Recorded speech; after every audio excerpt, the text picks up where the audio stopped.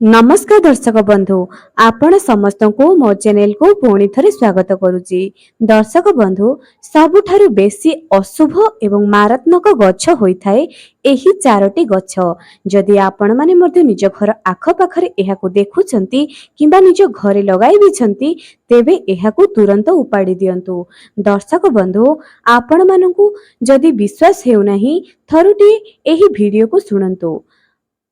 ଏହି ଗଛର ଆଖପାଖରେ ଭୂତ ପ୍ରେତର ବାସ ରହିଥାଏ ଏବଂ ଯାହା ଫଳରେ କି ଆମମାନଙ୍କ ଘରକୁ ବାରମ୍ବାର କଳି ଝଗଡ଼ା ଏବଂ ଅଶାନ୍ତି ଲାଗି ରହିଥାଏ। ଏହି ଗଛ ଯଦି ଆମ ଘର ଆଖପାଖରେ ଆପେ ଆପେ ଉଠିଥାଏ ଏବଂ ତାହେଲେ ଧନର ଅଭାବ ଲାଗି ରହିଥାଏ। ଯେତେ ଟଙ୍କା ଅର୍ଜିଲେ ମଧ୍ୟ ତାହା ଜମା ମଧ୍ୟ ରୁହେ ନାହିଁ। ଯେତେ आपण माने इनकम करुथिबे सेते पानी परी शेष होई जाउथबो। एही गछ एते अशुभ जे आपण माने विश्वास करि पारिबे नाही एवं साधारणतः एहा निश्चय कौनसी ना कौनसी घर आख पाखरे आपे आपे उठी थाए। एथिरे तिले मात्र मध्य संदेह नाही। मु आजि आपण मानको सेही चारोटी गछ विषय रे बताइबी। जेउ चारोटी गछ जदि आपण माने मध्य निज घर आख पाखरे देखुचंती थरुटे आपण मानक घरर स्थिति को अनुध्यान करंतु। जदि आपणक घरे मध्य बारंबार कଳି झगड़ा धन हानि सम्मान हानि मानसिक दुश्चिंता रोग रे पडुचंती तेबे थरुटे आपणक घर आख पाखरु एही गछ को उपाड़ी की देखंतु। आपण माने निश्चय परिश्रम करुवा फल निश्चय पाई परिबे। आपणक जीवन रे जे समस्या आसुची ताहा आपण माने निश्चय दूर करि परिबे। ता आगुरु मु आपण मानकु अनुरोध करूची जे वीडियो को निहाती शेष पर्यंत देखंतु। जेउ माने मो चैनल रे नु आसुचंती सब्सक्राइब करंतु। पाखरे थिबा बेल आइकन को क्लिक करी वीडियो को गोटे लाइक टे करि दियंतु। एवं दर्शक बंधु जदि आपण मानक जीवन रे बहुत समस्या अछि थरुटी निज घरे वास्तु गछ को लगाई की देखंतु एवं एही वास्तु गछ बहुत शुभ मध्य होइथाए। सेही गछ मानक विषय मो चैनल रे मु बहुत सारा वीडियो करिकी रखिछि। वास्तु गछ संपर्कित वीडियो आपण माने मो चैनल रे निश्चय पाइ पाइबे। थरुटी मो चैनल को विजिट करिकी देखंतु। चलंतु प्रथमे जानिबा केउ गछ सबुठारु बहुत अशुभ होइथाए ओस्त गछ। ओस्त गछ जदि आपणक घरर कांथरे उठी जाउची किंबा आपणक घरर आख पाखरे देखुचंती जेउ ओस्त गछ को आपण माने पूजा करूनाहंती सेही ओस्त गछ निकटरे भूत प्रेतर बास रहिथाए। किंतु जेउ ओस्त गछ पूजा करा जाय सेही ओस्त गछ मूलरे देवी देवतांकर बास रहिथाए कारण सेठी देव वृक्ष बोली कहा जायछि एवं सेही ओस्त गछ पाखरे बट वृक्ष रही मध्य पूजा पाए। बट वृक्ष एवं ओस्त वृक्ष दुईटी रहीकी पूजा पाए।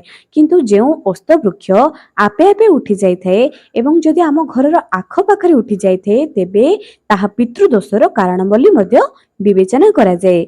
एही ओस्त गछ को जदि आपण माने निज घरर आख पाखरे बारंबार उठुची आपण माने देखुचंती तेबे कोन करंतु रविवार दिन को छाड़ी देई सेही ओस्त गछ को से निज घर मूलर उठाई की अन्य एक जगह रोपण कर दियंतु जा द्वारा कि आपण माने केबे मध्य पापर भागीदार हेबे नाही। द्वितीय वृक्षटी अटे तेंतुली वृक्ष। तेंतुली वृक्ष मूल को आपण माने जदि घर आख पाखरे आपण माने देखुचंती कि आपण को घरर आख पाखरे हुए तो टिके 100 मीटर दूर रे किंबा हो 200 मीटर दूर रे हो 1 किलोमीटर दूर रे मध्य हो आपण तो उपाड़ी पारि परिबे नाही। 1 किलोमीटर दूर रे बहुत बड़ गछ होइथिबो आपण कोन करिवे जदि निजर घर पाखरे अछि एहाकू उपाड़ी दियंतु। जदि आपण को घर ठारू किछि दूर रे अछि आपण माने देखुचंती एही गछ बहुत बड़ होई जायछि तेबे आपण माने सेही गछ मूल को भूल रे मध्य रात्रि समय रे जानतु नाही। एही तेंतुली वृक्ष मूल रे भूत प्रेत मानकर बास रही थाए। जदि आपण मान को विश्वास हेउ नाही अमावास्या रात्रि रे थरुटे तेंतुली वृक्ष मूल को रात्रि समय रे जाई की देखंतु। जदि आपण मान को विश्वास हेउ नाही विश्वास होई जिवो जे एही गछ मूल रे केते नकारात्मक शक्ति भरपूर होई रहिछि एवं जदि आपण माने मो कथा को विश्वास करूचंती कमेंट सेक्शन रे यस बोली निश्चय लिखंतु। दर्शक बंधु तृतीय गछटे एयाटे जे कपा गछ। कपा गछ तो देखिबा पई भारी सुंदर अटे एवं एही कपा गछ साधा रु आम माने तुला प्रस्तुत करिथाउ। तुला रु आमे माने ଗଦି ଯାହାକି ଖଟରେ ପ୍ରସ୍ତୁତ, ତକିଆ ଏସବୁ ପାଇଁ ବ୍ୟବହୃତ ହୋଇଥାଏ। ଏମିତି ବହୁତ ସାରା ଜିନିଷ ତିଆରି ହୋଇଥାଏ। କିନ୍ତୁ ଏହି କପା ଗଛ ମୂଳରେ ନକାରାତ୍ମକ ଶକ୍ତି ସାଧାରଣତଃ ଭୂତ ପ୍ରେତମାନଙ୍କର ବାସ ରହିଥାଏ। ଏହି ଗଛ ଯେତେ ଦେଖିବାକୁ ସୁନ୍ଦର ଥାଏ ସେତିକି ଏହା ପଛରେ ନକାରାତ୍ମକ ଊର୍ଜା ଭରପୁର ହୋଇଥାଏ। ନକାରାତ୍ମକ ଊର୍ଜାକୁ ଆମେ ତ ଦୂରକୁ ଭଗେଇବା ପାଇଁ ଅର୍ଥାତ୍ ଆମ ଘରୁ ନକାରାତ୍ମକ ଊର୍ଜାକୁ ଦୂର କରିବା ପାଇଁ ଏମିତି ବହୁତ ସାରା ରେମିଡି ଆପଣମାନେ ପାଇପାରିବେ ମୋ ଚ୍ୟାନେଲରେ। କିନ୍ତୁ ଦର୍ଶକ ବନ୍ଧୁ, ଏହି କପା ବୃକ୍ଷକୁ ଆପଣମାନେ ଯଦି ନିଜ ଘର ଆଖପାଖରେ ଦେଖୁଛନ୍ତି ଏହାକୁ ତୁରନ୍ତ ଉପାଡ଼ିକି ଫିଙ୍ଗି ଦିଅନ୍ତୁ। ହଁ ଦର୍ଶକ ବନ୍ଧୁ, ଏହି ଗଛରେ ଏତେ ମାରାତ୍ମକ ଶକ୍ତି ଥାଏ ଯେ ଆପଣମାନେ ବିଶ୍ୱାସ କରିପାରିବେ ନାହିଁ। ତେଣୁ ଯଦି ଆପଣମାନେ ମଙ୍ଗଳ ଚାହୁଁଛନ୍ତି ଘରର, ତେବେ ଏହି କପା ବୃକ୍ଷକୁ ଆପଣ ନିଜ ଘର ଆଖପାଖରେ ଯଦି ଦେଖୁଛନ୍ତି ଏହାକୁ ଉପାଡ଼ିକି ଫିଙ୍ଗି ଦିଅନ୍ତୁ। ଚତୁର୍ଥ ବୃକ୍ଷଟି ଏଇଆ ଅଟେ ଯେ ଅରଖ ଗଛ। ଅରଖ ଗଛ ବିଷୟରେ ମୁଁ ଆପଣମାନଙ୍କ ପାଇଁ ଗୋଟିଏ ଭିଡ଼ିଓ ଅଲଗା ମୋ ଚ୍ୟାନେଲରେ ଆପଣମାନେ ଦେଖିପାରିବେ। କିନ୍ତୁ ମୁଁ ଧଳା ଅରଖ କଥା କହୁଥିଲି। ଏହି ଯେଉଁ ଅରଖ ଗଛ ଆପଣମାନେ ଦେଖୁଥିବେ ଏହା ସାଧାରଣତଃ ନୀଳ ରଙ୍ଗର, ଯାହାକି ଆପଣମାନେ ସ୍କ୍ରିନରେ ଦେଖିପାରୁଥିବେ। ଏହି ଅରଖ ଗଛ ଦେବଦେବ ମହାଦେବଙ୍କୁ ଅତ୍ୟନ୍ତ ପ୍ରିୟ ଅଟେ। ଏହି ଅରଖ ଗଛ ଆପଣମାନଙ୍କର ଘରର ଆଖପାଖରେ ଆପଣମାନେ ନିଶ୍ଚୟ ଦେଖିପାରୁଥିବେ।